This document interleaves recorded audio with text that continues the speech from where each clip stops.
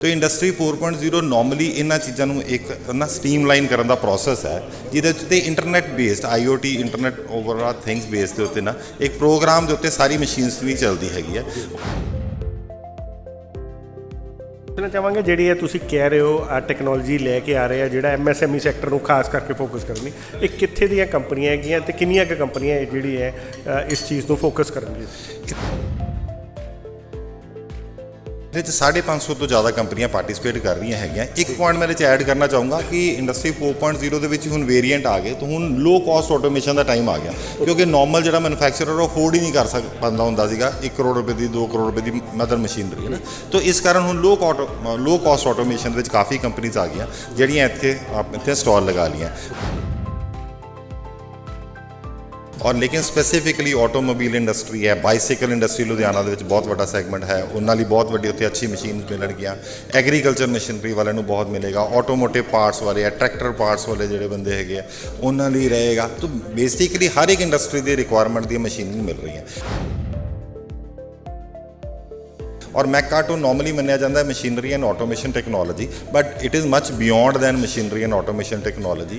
कोई भी industrial supply से रिलेटेड चीज़ है तुहानूं मैकाटो दे विच मिलेगी।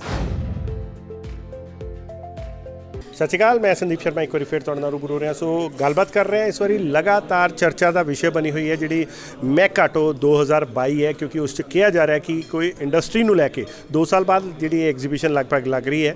ਤਾਂ ਇੰਡਸਟਰੀ 4 ਜਿਹੜੀ ਹੈ 0 ਜੀ ਹਾਂ 4.0 ਟੈਕਨੋਲੋਜੀ ਨੂੰ ਲਾਂਚ ਕੀਤਾ ਜਾ ਰਿਹਾ, ਇਹਦੇ ਥਰੂ ਜਿਹੜਾ ਇੰਟਰੋਡਿਊਸ ਕੀਤਾ ਜਾ ਰਿਹਾ ਲੁਧਿਆਣਾ ਦੀ ਮਾਰਕੀਟ 'ਚ। ਸੋ ਅੱਜ ਇਸ ਐਗਜ਼ੀਬਿਸ਼ਨ ਦੇ ਜਿਹੜੇ ਆਰਗੇਨਾਈਜ਼ਰ ਤੇ ਟੀਮ ਹੈਗੀ ਹੈ ਉਹਨਾਂ ਤੋਂ ਪੁੱਛਦੇ ਹਾਂ ਵਟ ਇਜ਼ ਇੰਡਸਟਰੀ ਜਿਹੜੀ ਹੈ 4.0। ਸੋ ਗੱਲਬਾਤ ਕਰਦੇ ਹਾਂ ਕਪਿਲ ਮਨੋਜ ਜੀ ਨਾਲ ਜਿਹੜੇ ਕਿ ਕੰਪਨੀ ਦੇ CEO ਵੀ ਹੈਗੇ। ਸੋ ਗੱਲਬਾਤ ਕਰਦੇ ਜਾਣਦੇ ਹਾਂ ਕਿ ਕੀ ਹੈ sir. Thank you Sandeep ji. Industry 4.0 India ਦੇ ਵਿੱਚ ਨਾ ਕੋਈ 2-3 ਸਾਲ ਤੋਂ ਆ ਗਿਆ ਹੋਇਆ, ਬਟ ਹੱਲੇ ਨਾ ਸਮਾਲ ਸਕੇਲ ਇੰਡਸਟਰੀ ਔਰ MSME ਦੇ ਉੱਤੇ ਇੰਨਾ ਨਹੀਂ ਆਇਆ। ਇੰਡਸਟਰੀ 4.0 ਬੇਸਿਕਲੀ ਬ੍ਰੌਡਲੀ ਹੈ ਕਿ ਆਟੋਮੇਸ਼ਨ, ਕਿਉਂਕਿ ਜਿਸ ਤਰ੍ਹਾਂ ਆਪਣੀ ਇੰਡਸਟਰੀ ਦੇ ਵਿੱਚ ਸਭ ਤੋਂ ਵੱਡੀ ਪ੍ਰੋਬਲਮ ਆਉਂਦੀ ਸੀ ਲੇਬਰ ਦੀ ਪ੍ਰੋਬਲਮ ਆਉਂਦੀ ਹੈਗੀ ਹੈ, ਮੈਨ ਪਾਵਰ ਸ਼ਾਰਟੇਜ ਦੀ ਹੈ, ਇੰਡਸਟਰੀ ਮਸ਼ੀਨਰੀ ਬ੍ਰੇਕਡਾਊਨ ਦੀ ਆ ਜਾਂਦੀ ਹੈ ਸਮੱਸਿਆ। ਫਿਰ ਬਹੁਤ ਸਾਰੀ ਸਾਡੇ ਸਮੋਲਰ ਜਿਹੜੇ ਯੂਨਿਟ ਆ ਉਹ ਇੱਕੋ ਜਗ੍ਹਾ 'ਤੇ ਸਾਰੀ ਪ੍ਰੋਡਕਸ਼ਨ ਨਹੀਂ ਹੁੰਦੀ ਨਾ। ਤਾਂ ਇੰਡਸਟਰੀ 4.0 ਨੋਰਮਲੀ ਇਹਨਾਂ ਚੀਜ਼ਾਂ ਨੂੰ ਇੱਕ ਨਾ ਸਟਰੀਮਲਾइन ਕਰਨ ਦਾ ਪ੍ਰੋਸੈਸ ਹੈ ਜਿਹਦੇ ਉੱਤੇ internet based IoT internet overall things based ਦੇ ਉੱਤੇ ਨਾ ਇੱਕ ਪ੍ਰੋਗਰਾਮ ਦੇ ਉੱਤੇ ਸਾਰੀ ਮਸ਼ੀਨਸ ਵੀ ਚੱਲਦੀ ਹੈਗੀ ਹੈ। ਉਹਦੇ 'ਚ ਕੀ ਹੈ ਕਿ ਕਿੰਨੀ ਪ੍ਰੋਡਕਸ਼ਨ ਚਾਹੀਦੀ, ਉਹਦੇ ਲਈ ਕਿੰਨਾ ਰॉ ਮਟੀਰੀਅਲ ਚਾਹੀਦਾ ਵੈ, ਕਿਹੜੀ ਯੂਨਿਟ ਵਿੱਚ ਕਿੰਨਾ ਪ੍ਰੋਡਕਸ਼ਨ ਹੋਏਗੀ, ਉਸ ਤੋਂ ਬਾਅਦ ਉਹ ਪ੍ਰੋਸੈਸ ਅੱਗੇ ਜਾਏਗਾ, ਕਿੱਥੇ ਮਸ਼ੀਨਰੀ ਵਿੱਚ ਫਾਲਟ ਸਰਵਿਸ ਡਿਊ ਹੋ ਗਈ ਹੈ, ਕਿੱਥੇ ਮਸ਼ੀਨਰੀ 'ਚ ਫਾਲਟ ਆ ਗਿਆ ਹੈਗਾ ਵੈ ਨਾ। ਤੁਹਾਡੀ ਅਸੈਂਬਲੀ ਲਾਈਨਸ ਦੇ ਵਿੱਚ ਵੀ ਦੂਸਰੀ ਫੈਕਟਰੀ ਦੇ ਵਿੱਚ ਜਿੱਥੋਂ ਤੁਸੀਂ ਮਾਲ ਲੈ ਰਹੇ ਹੋ, ਇਹ ਸਾਰਿਆਂ ਨੂੰ ਇੱਕ ਇੰਟੈਗਰੇਟਿਡ ਇੰਟਰਨੈਟ ਦੇ ਨਾਲ ਬਣਾ ਕੇ ਇੱਕ ਪ੍ਰੋਗਰਾਮ ਹੈ। ਮੈਂ ਇਹ ਪੁੱਛਣਾ ਚਾਹਾਂਗਾ ਜਿਹੜੀ ਇਹ ਤੁਸੀਂ ਕਹਿ ਰਹੇ ਹੋ ਆ ਟੈਕਨੋਲੋਜੀ ਲੈ ਕੇ ਆ ਰਹੇ ਆ ਜਿਹੜਾ MSME ਸੈਕਟਰ ਨੂੰ ਖਾਸ ਕਰਕੇ ਫੋਕਸ ਕਰਨੀ, ਇਹ ਕਿੱਥੇ ਦੀਆਂ ਕੰਪਨੀਆਂ ਹੈਗੀਆਂ ਤੇ ਕਿੰਨੀਆਂ ਕੁ ਕੰਪਨੀਆਂ ਜਿਹੜੀ ਹੈ ਇਸ ਚੀਜ਼ ਨੂੰ ਫੋਕਸ ਕਰਨਗੀਆਂ? ਇਹਦੇ 'ਚ 550 ਤੋਂ ਜ਼ਿਆਦਾ ਕੰਪਨੀਆਂ ਪਾਰਟਿਸਿਪੇਟ ਕਰ ਰਹੀਆਂ ਹੈਗੀਆਂ। ਇੱਕ ਪੁਆਇੰਟ ਮੈਂ ਇਹਦੇ 'ਚ ਐਡ ਕਰਨਾ ਚਾਹੂੰਗਾ ਕਿ ਇੰਡਸਟਰੀ 4.0 ਦੇ ਵਿੱਚ ਹੁਣ ਵੇਰੀਐਂਟ ਆ ਗਏ, ਤਾਂ ਹੁਣ ਲੋ ਕਾਸਟ ਆਟੋਮੇਸ਼ਨ ਦਾ ਟਾਈਮ ਆ ਗਿਆ, ਕਿਉਂਕਿ ਨੋਰਮਲ ਜਿਹੜਾ ਮੈਨੂਫੈਕਚਰਰ ਉਹ ਅਫੋਰਡ ਹੀ ਨਹੀਂ ਕਰ ਪਾਉਂਦਾ ਹੁੰਦਾ ਸੀਗਾ 1 ਕਰੋੜ ਰੁਪਏ ਦੀ 2 ਕਰੋੜ ਰੁਪਏ ਦੀ ਮਦਰ ਮਸ਼ੀਨਰੀ ਹੈ ਨਾ। ਤਾਂ ਇਸ ਕਾਰਨ ਹੁਣ ਲੋ ਕਾਸਟ ਆਟੋਮੇਸ਼ਨ ਵਿੱਚ ਕਾਫੀ ਕੰਪਨੀਜ਼ ਆ ਗਈਆਂ ਜਿਹੜੀਆਂ ਇੱਥੇ ਸਟਾਲ ਲਗਾ ਲਈਆਂ। ਮੈਂ ਰਿਕੁਐਸਟ ਕਰੂੰਗਾ ਮੇਰੇ ਕੋਲੀਗ ਸੁਰਾਜੀਤ ਨੂੰ ਜਿਹੜੇ ਮੈਕਾਟੋ ਦੇਖ ਰਹੇ ਹੈ इवेंट सारा, तो ये ਤੁਹਾਨੂੰ कंपनीज बारे एग्जैक्ट इन्फॉर्मेशन देंगे। हाँ जी सर, सुराजीत जी क्या कहना चाहोगे? Thank you Sandeep ji. जो हमारा ये मैकाटो जो 11 से 14 मार्च को ऑर्गेनाइज़ हो रहा है, इसमें 550 प्लस एग्जीबिटर जो हैं वो पूरे पैन इंडिया से हैं। अगर मैं हमारे पंजाब से एग्जीबिटर्स की बात करूँ तो पंजाब से हमारे पास 250 प्लस एग्जीबिटर्स हैं। बाकी जो 300 के करीब एग्जीबिटर जो है वो पूरे पैन इंडिया से हैं। पैन इंडिया की मैं अगर सिटी से बात करूँ तो दिल्ली NCR हो गए, राजकोट हो गए, मुंबई हो गए, पुणे हो गए, कोयम्बटूर हो गए, बेंगलोर हो गए, चेन्नई हो गए, मतलब पैन इंडिया से सारे हमारे क्या अपने एग्जीबिटर पार्टिसिपेट कर रहे हैं। अगर मैं कंपनीज वाइज बात करता हूँ तो कुछ कंपनीज ऐसी है जो फर्स्ट टाइम पंजाब में अपने आप को इंट्रोड्यूस कर रही है।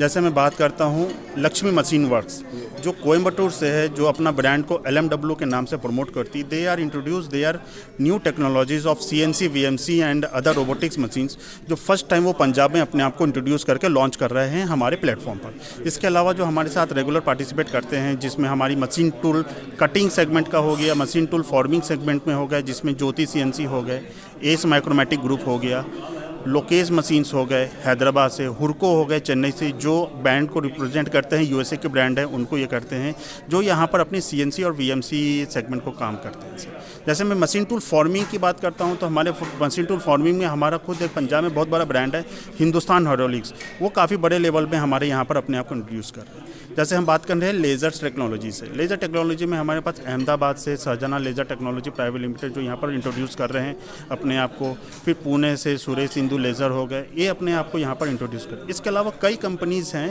जो डिफरेंट सेगमेंट को भी इंट्रोड्यूस कर रहे हैं। जैसे ऑटोमेशन से डेल्टा हो गए, डेल्टा ऑटोमेशन हो गए, फूजी इलेक्ट्रिक हो गए, मित्सुबिशी इलेक्ट्रिक हो गए, जो यहाँ पर अपने आप को इंट्रोड्यूस कर रहे हैं। देन अपने रोबोटिक्स से हो गए, रोबोटिक्स से पैनासोनिक रोबोटिक्स, ओटीसी डायन, जो जापान के ब्रांड है वो यहाँ पर अपने आप को अपना डिस्प्ले कर रहे हैं। तो इस तरीके से जो पूरी 360 डिग्री है इंजीनियरिंग सेगमेंट में, मशीन टूल इंडस्ट्री में, वो सारे कैटेगरीज से रिलेटेड हमारे यहाँ पर 550 प्लस। 2 साल बाद इस बार एग्जीबिशन लग रही है, आपने 4.0 भी बता दिया और ये भी बता दिया लो कॉस्ट जो टेक्नोलॉजी मशीनरी, मदर मशीनरी लेके भी आ रहे हैं। सो 2 साल बाद जो आ रहे हैं पार्टिसिपेट करने लोगों में उत्साह कैसा है, लोगों में किस तरह की चीज़ें हैं, वो मोटिवेटेड है या जैसे एक होता कि ठीक है खाना पूर्ति कर रहे हैं, वो क्या है? सर, जो फीडबैक मुझे पीछे से एग्जिबिटर्स और विजिटर दोनों से आ रहा है कि मुझे खुद एग्जिबिटर्स वालों के फीडबैक आते हैं और बोल रहे हैं कि यार आप कब इसको इंट्रोड्यूस कर रहे हैं, क्योंकि 1-2 साल से एक ठहराव हो रखा था इंडस्ट्री में, वो ठहराव को हमने तोड़ना था सर। तो जो अपनी नई टेक्नोलॉजी 2 साल में इन्होंने R&D करी है, नए नए इनोवेशंस की है, नए नए टेक्नोलॉजी को लेकर आए, वो यहाँ पर इन्होंने दिखाना था। तो 2 साल का जो ठहराव था वो आज एक हम कहें कि आइस ब्रेक होनी है इस हमारे मैकोटो के शो में सर, जो 11 से 14 में अपने आप को डिस्प्ले होने हैं सर। तो कह रहे हैं इस बार आपने जो एग्जीबिशन सेंटर को लेके भी बहुत एक नया धमाल मचा दिया मार्केट में, कितने धमाल मचाओगे इस बार? एक ही मैकाटो है, 4.0 भी आप ही लॉन्च करोगे, एग्जीबिशन सेंटर भी आप ही इंट्रोड्यूस करोगे, सब कुछ आप ही करेंगे? नहीं, ऐसा नहीं है, मार्केट ओपन है, कोई भी बंदा अगर क्वालिटी का काम करता है। छोड़ ही नहीं रहे ओपन के लिए? नहीं सर, छोड़ा हुआ है, सारा ओपन है। हर एक बंदा ना जो भी कुछ अच्छा करना चाहता है, मार्केट उसको बड़ा सपोर्ट करती है। अच्छा जी। और लुधियाना इंडस्ट्री तो खास करके है क्योंकि इनोवेशन ਲਈ है।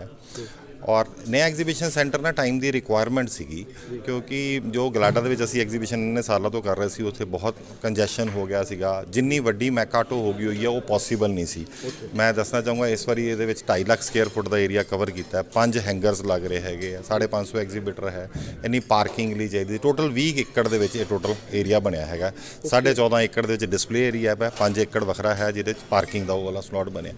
ਪਲੱਸ ਦੂਸਰਾ ਕਿ ਜਿਸ ਤਰ੍ਹਾਂ ਦੀ ਆਪਾਂ ਅਸੀਂ ਟਰੂਲੀ ਵਰਲਡ ਕਲਾਸ ਐਗਜ਼ੀਬਿਸ਼ਨ ਲਗਾਉਣਾ ਚਾਹੁੰਦੇ ਸੀ ਉਹ ਸੈਟਅਪ 'ਚ ਨਹੀਂ ਸੀਗੀ, ਤੋ ਰਿਕੁਆਇਰਮੈਂਟ ਹੀ ਉਸੇ ਚੀਜ਼ ਦੀ ਸੀਗੀ, ਤੋ ਸਾਨੂੰ ਉੱਥੇ ਮੂਵ ਕਰਨਾ ਪਿਆ। ਤੁਸੀਂ 4.0 ਨੂੰ ਵੀ ਇੰਟਰੋਡਿਊਸ ਕਰ ਰਹੇ ਹੋ, ਇਹ ਕਿਸ ਸੈਗਮੈਂਟ ਦੀ ਇੰਡਸਟਰੀ ਲਈ ਜਿਹੜਾ ਬੈਨੀਫੀਸ਼ੀਅਰੀ ਹੋਏਗਾ? ਸਰ 4.0 ਵੈਸੇ ਹਰ ਇੱਕ ਇੰਡਸਟਰੀ ਦੀ ਡਿਮਾਂਡ ਹੈ, ਬੇਸਿਕ ਹੈ, ਕਿਉਂਕਿ ਜੋ ਵੀ ਬੰਦਾ ਮੈਨੂਫੈਕਚਰਿੰਗ 'ਚ ਹੈ, ਮੈਨੂਫੈਕਚਰਿੰਗ ਦੇ ਵਿੱਚ ਹੈਗਾ, ਉਹਨੂੰ ਮਦਰ ਪੇਰੈਂਟ ਮਸ਼ੀਨਰੀ ਚਾਹੀਦੀ ਹੈ, ਮਦਰ ਮਸ਼ੀਨਰੀ ਚਾਹੀਦੀ ਹੈ, CNC VMC ਆਟੋਮੇਸ਼ਨ ਸਾਰੀਆਂ ਚੀਜ਼ਾਂ ਤਾਂ ਉਹਨਾਂ ਨੂੰ ਚਾਹੀਦੀਆਂ ਹੈਗੀਆਂ।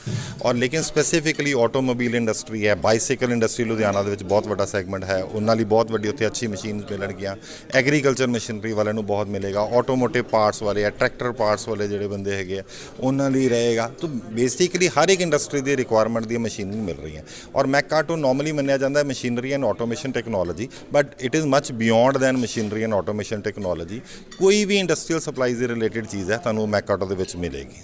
ਠੀਕ ਹੈ sir, thank you. Thank you sir, thank you. तो दोस्तों ये सीगे जेडे साडे कपिल मनोज जी ते सुराजीत जी जेडे कि मैकाटो, जी हाँ मैकाटो 11, 12, 13, 14 जी कि लगाई जा रही है 2022। सो उन्होंने लैके बहुत सारी इन्होंने इन्फॉर्मेशन दी, खास करके इन्होंने दसिया कि मैकाटो इस बारी 4.0 दी टैक्नोलॉजी नूं लैके आ रही है MSME सैक्टर ਲਈ low cost high quality technology ਨੂੰ इंट्रोड्यूस करन जा रही है। सो बहुत सारे नਵੇਂ इस कंपनियां आ रही हैं जिद्दां कि उन्होंने खुद दसिया। सो इदां ही ਵੱਖ-ਵੱਖ इंटरस्टिंग टॉपिक्स ਨੂੰ ਲੈ ਕੇ रूबरू होंदे रहांगे। देखते रहो, बने रहो, जाने तो इसी। धन्यवाद।